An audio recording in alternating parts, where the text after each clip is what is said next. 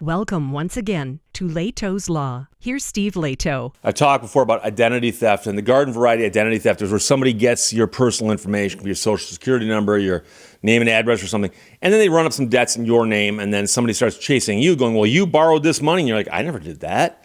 And we hear about that from time to time. It's a problem. But here's a story about an identity thief whose deception led to his victim being incarcerated. And it turns out now that the identity thief is going to get 12 years in prison. And once you hear the story, you're going to agree. So Sean sent this, thanks a lot, from MSN.com. Heather Hollingsworth wrote this.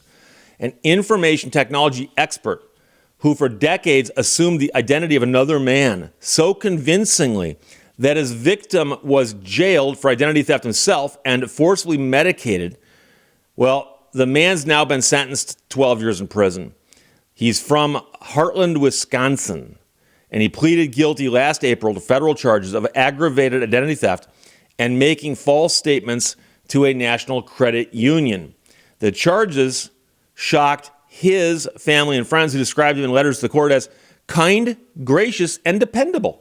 And, you know, I've always been skeptical when you start hearing letters written to a court about how nice somebody is. One, if they're so nice, why didn't you come in person? And two, of course you think he's nice and gracious and dependable. He didn't steal your identity and get you locked up. So his victim said this guy's guilty plea spelled the end of a years-long nightmare. He said the man tried to make him look like a criminal. He deserved to get every bit of what he got from the judge. Court records indicate that the ID thief had a rocky childhood, ran away from home at 16, stole a car in San Francisco, and was arrested in Oregon but never appeared in court. The two men here did meet in the late 1980s while working together in Albuquerque, New Mexico. So the victim says the other man stole his wallet but returned it. And so the guy thought, well, I got my wallet back. But while the ID thief had possession of his wallet, he got the information off of the man's social security card and used it to apply for a driver's license as the victim. So at that point in time, he's got my name with his face on an ID card, the victim told the Associated Press.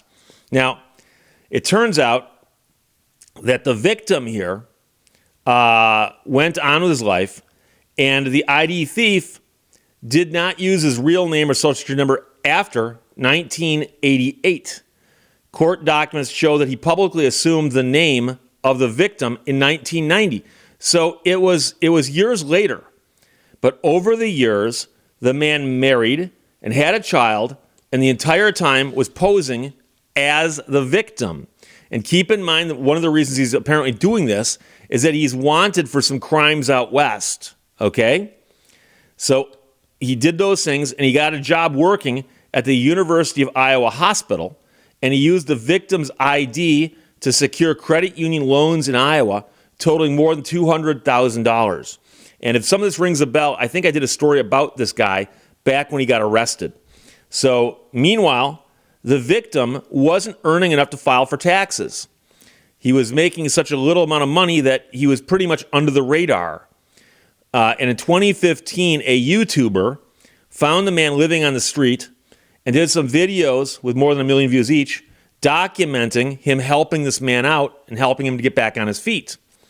So the victim used money that man gave him to pay for a credit monitoring service and learned that somebody was racking up debt and opening accounts under his name. Now, his name is fairly common, but they're also using his social security number. So it's not a mistake. It's not an accident. So the man who's the victim went into a Los Angeles bank in 2019 and said, hey, look, I'm a victim here of identity theft. And he said that somebody is using my information fraudulently. The branch manager asked the victim a series of security questions, but because he's unable to answer them, he was then told to hang on, and the bank called the police. Anyways, there's a big argument that breaks out here. There's the police, the people from the bank, and the victim.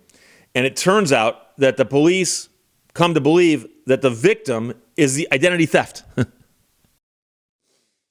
Meanwhile, the ID thief's attorney argued in a court filing that the victim tried to steal thousands of dollars from his client and described the victim as a wrongdoer whose own conduct should mitigate any sympathy felt for him.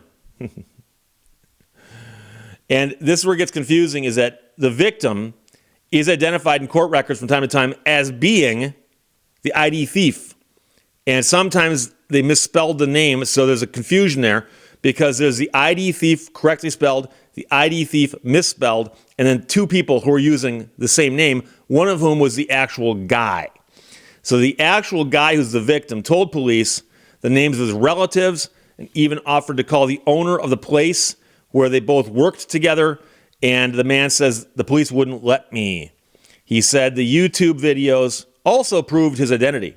So as he repeatedly disputed the identity authorities were trying to put on him, a California judge found him not mentally competent to stand trial and sent him to the state mental hospital, where he received psychotropic medication. Court records show he spent 428 days in a county jail and 147 in a mental hospital, and he was finally released after agreeing to a no contest plea. So keep in mind that sometimes when somebody's rotting away in jail and they've spent so much time there that it's more than they would get for a plea deal, prosecutor will often say, hey, plead guilty to this or plead no contest to this, and you can walk out today. Time served. And so some people will do that. And I know people, as a matter of principle, say, I would never plead guilty to something I didn't do. And I understand that completely. But here are the guys in a mental hospital and they're saying, hey, plead guilty to this and you can go home today. So case has since been vacated. The Los Angeles County Alternate Public Defender's Office declined to comment. Meanwhile, the man was free. He began a crusade to regain his identity. He filed a string of reports, and when he reached out to the University of Iowa Hospital, where the identity thief was earning more than $100,000 a year, hospital security called the police. And the man initially told police that the victim needed help and should be locked up. Now, that's the kind of statement that most people would make, and they don't expect to be taken literally. But when you say he needs help and should be locked up, when the man was locked up because of you, that might come back to haunt you. Federal prosecutors quoted that, but a detective tracked down the biological father listed on the victim's birth certificate, tested the DNA, and confirmed that the victim was in fact the son of the father. When confronted with the results, the ID thief said, well, my life is over. My life is over. And who do you have to blame for that? Keep in mind that the original thing that the ID thief was running from was he stole a car in San Francisco and was arrested in Oregon, but never appeared in court. So now ask yourself, what would have happened if 10 years later he'd simply gone back to Oregon, hired an attorney, and said, hey, look, I'm here. Let's straighten this thing out. And it wouldn't have been that big of a deal. But now he's getting 12 years in prison. So my life is over might be an appropriate statement. But as I like to ask, whose fault is that? So the victim is now back living in Albuquerque, where he works as a landscaper. He said he plans to seek compensation for his wrongful incarceration. He said, my main goal is to rebuild my life. So the one guy's life is over, and the victim's trying to rebuild his life. And it's a crazy story, but the man who was the victim was jailed and hospitalized for the mental problem of thinking he was who he actually was. Crazy story. So identity thief whose deception led to the victim's incarceration gets a 12-year prison term, and I think he deserves every second of that. From MSN.com, Heather Hollingsworth wrote it. Questions or comments, I'm going to tell you to put them below in a second, but I must point out, yesterday in the mail, I received a woodchuck who was chewing on a piece of wiring. If you don't know the story behind that, I'll put a link to that video in the description below. Otherwise, I'll talk to you later. Bye-bye. Thank you for watching Lehto's Law. Don't dim your light because someone complained about how bright you shine.